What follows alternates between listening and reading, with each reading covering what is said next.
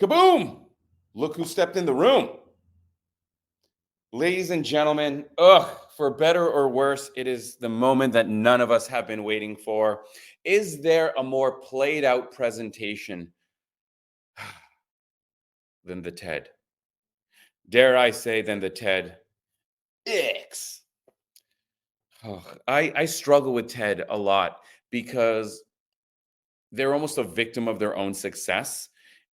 When TEDs first came out, one of the things we need to remember is that it was the fascinating ideas, not the speakers themselves, that made them super engaging. Over time, the popularity of TED has kind of become almost cliché. In fact, you can find many videos of people making fun of the style of TED. It's not to say that it's wrong or that it doesn't work. It's what kind of market opportunity can you have trying to be a TEDx speaker? Is it your delivery or your ideas that will make your TED pop, stand out, engage people? Well, let's find out, baby, because it's time for a speaker breakdown. This time we are breaking down Grit, the Power of Passion and Perseverance by Angela Lee Duckworth. And this is what I'm talking about, that played out thing. For me, it's always a warning sign when someone's like, the power of perseverance and passion, because yes, there is power in that, but it just doesn't apply to our day to day. My friends, if you're watching this video, it's because you realize something. Everyone out there is giving you these tools that have nothing to do with the practicalities of everyday communication. A powerful speech about the power of perseverance, yes, may be powerful, may be quotable, maybe something you share. Check out this powerful speech, but it changes nothing because you're still going to read your slide deck, right? But let's see, that's just me being jaded. Let's see if Angela can change my mind. Let's see if Angela brings us something different. Let's see if Angela can take the played out format of TED and make it something that we really want to hear. Here we go. I left a very demanding job in management consulting for a job that was even more demanding, teaching. Okay, good. I like that she's starting off with a story. Remember, we all know, the audience all knows this about passion and perseverance. So right off the bat, even though it's a first person story, it's okay. It's probably going to relate to how she left her job to find something she's passionate about and how hard teaching is and how you have to persevere through it. I'm just going to call that now. If I'm wrong, awesome. I will admit it at the end of this video. But the reason I bring it up is because if that is what her presentation is about, and even if it isn't, the whole audience is expecting that. So you've kind of given it away. Let's find out if I'm wrong. I went to teach 7th graders math in the New York City public schools. And like any teacher, I made quizzes and tests. I gave out homework assignments. When the work Non-verbal after, because she's a little nervous. You're always nervous at first. She kind of did the Wonder Woman thing to try and look powerful. That just looks awkward. You saw it. It just looks kind of weird. But the variation of hand movements that she's starting to use now, good. I calculated grades. Super nervous, yeah? Super nervous. What struck me See? Super was nervous. that IQ was not the only difference between my best and my worst students. After a little while, she's probably going to loosen up. People are only really nervous for the first minute or so, but this is definitely like, by the way, it's not that she's doing this. It's okay to do this a little bit. It's when you only do it. There's no such thing as a perfect way to move your hands. What there is diversity. Diversity makes you look calm because when we're speaking normally, we're always moving. We're rarely very still, and we're rarely doing the same thing over and over. When you are still or you do the same thing over and over, that's when you look nervous. Some of my strongest performers did not have stratospheric IQ right away, she's opening up. And that got me thinking. The kinds of things you need to learn in 7th grade math, sure, they're hard, but these concepts are not impossible. And I was firmly convinced that every one of my students could learn. Okay, I want to highlight something that not a lot of people talk about, but I think it's very powerful. Another big trap that so many people who teach public speaking fall into is they tell you to vary your voice. You have to vary your voice. And it always is weird. The advice they give you is weird because how do you vary your voice? Do you know what I mean? We all talk in a normal way. The way I talk is the way I talk. The way you talk is different.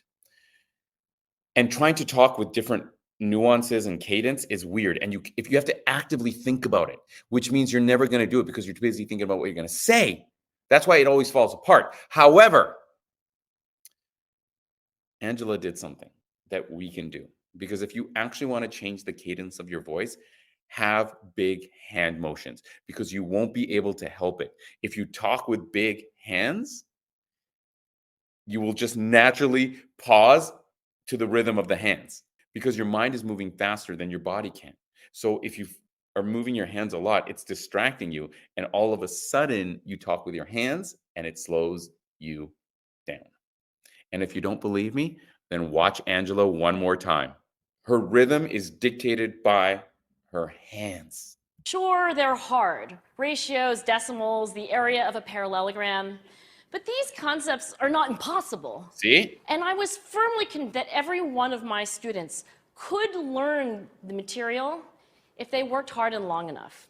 You see? After several more years of teaching, I came to the conclusion that what we need in education Yes. is a much better understanding That's of this, yeah? students and learning from a motivational perspective, from a psychological perspective.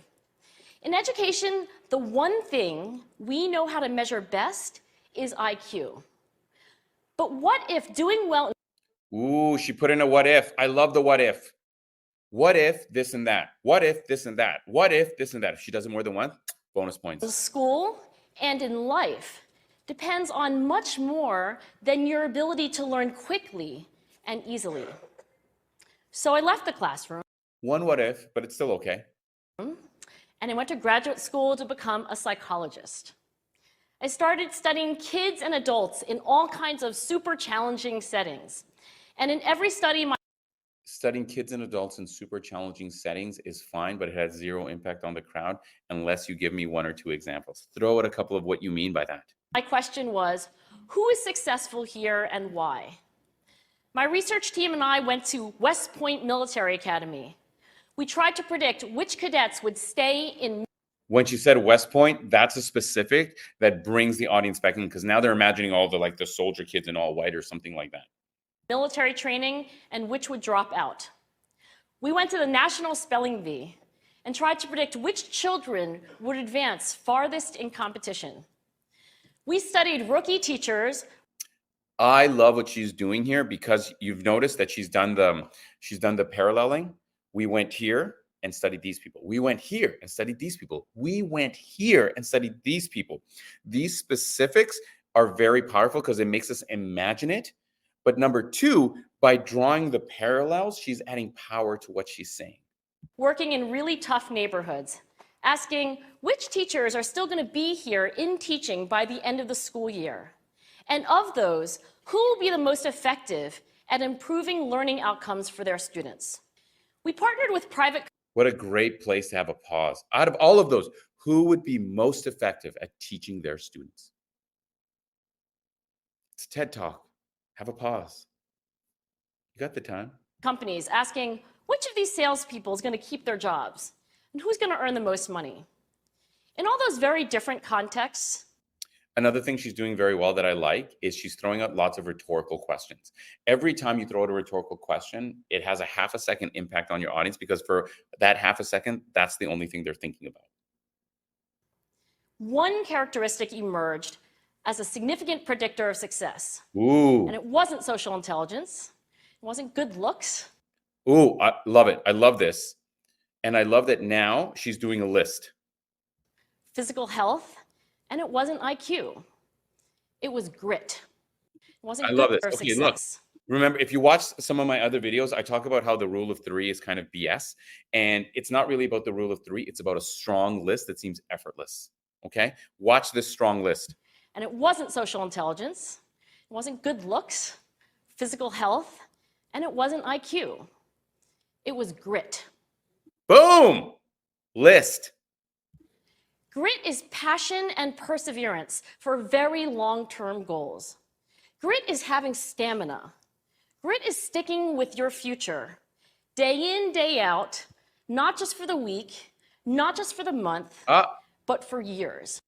Another, you see, she did another list, not just for the week, not just for the month, another powerful list. Angela, you are winning me over, and I'm going to do it now.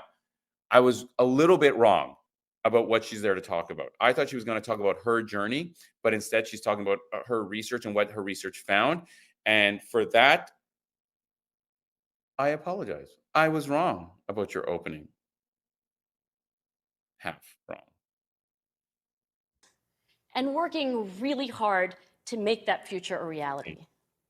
Grit is living life like it's a marathon, not a sprint. I asked thousands of high school juniors to take grit questionnaires. This is, you guys are noticing this, right? This isn't just me. You can see that she's this is the nerves, right?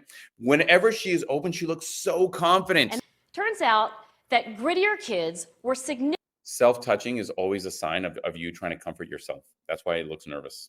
Significantly more likely to graduate, even when I matched them on every characteristic I could measure. Things like family income, standardized achievement test scores, even how safe kids felt when they were at school.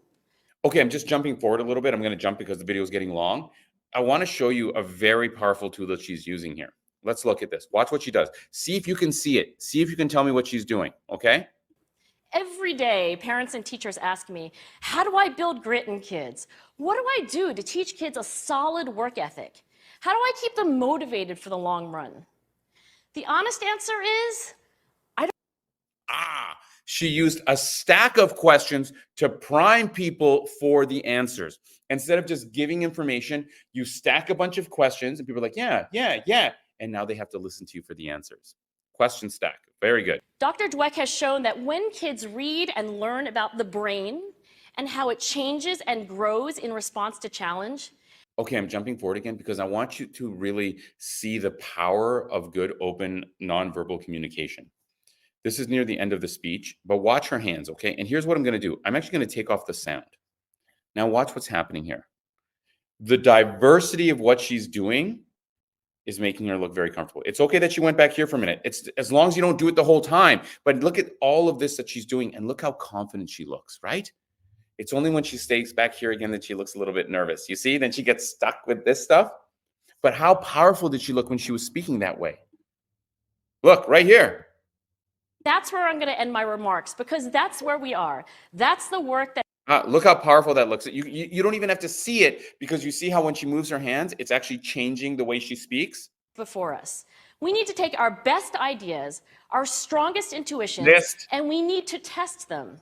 We need to measure whether we've been successful, and we have to be willing to fail, to be wrong, to start over again with lessons learned. Always better when you're bigger. In other words, we need to be gritty about getting our kids grittier.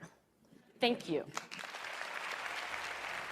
All right, Angela, very happily surprised with a lot of what you did. And there's a lot of takeaways we can get from that. The biggest one, I think the moral of the story then for Angela was how much more powerful she looked whenever she wasn't stuck here. And the thing is, if you watch this video in its entirety, she does it less and less as time goes on, which is what will happen with us. So how can we use this information to our advantage? How can we change our nonverbal? You need to practice big. Whenever you're practicing your presentation, have big hands. You think it's really big. I bet you Angela thought she was being really big. But how good did she look when she did it? It changed her delivery and it made her look more confident. It made her more dynamic and it made her easier to watch. And isn't that what good speaking is? Bravo, Angela. Very happily surprised. And that is it, dear viewer, for this week's A Speaker Breakdown. See you next time.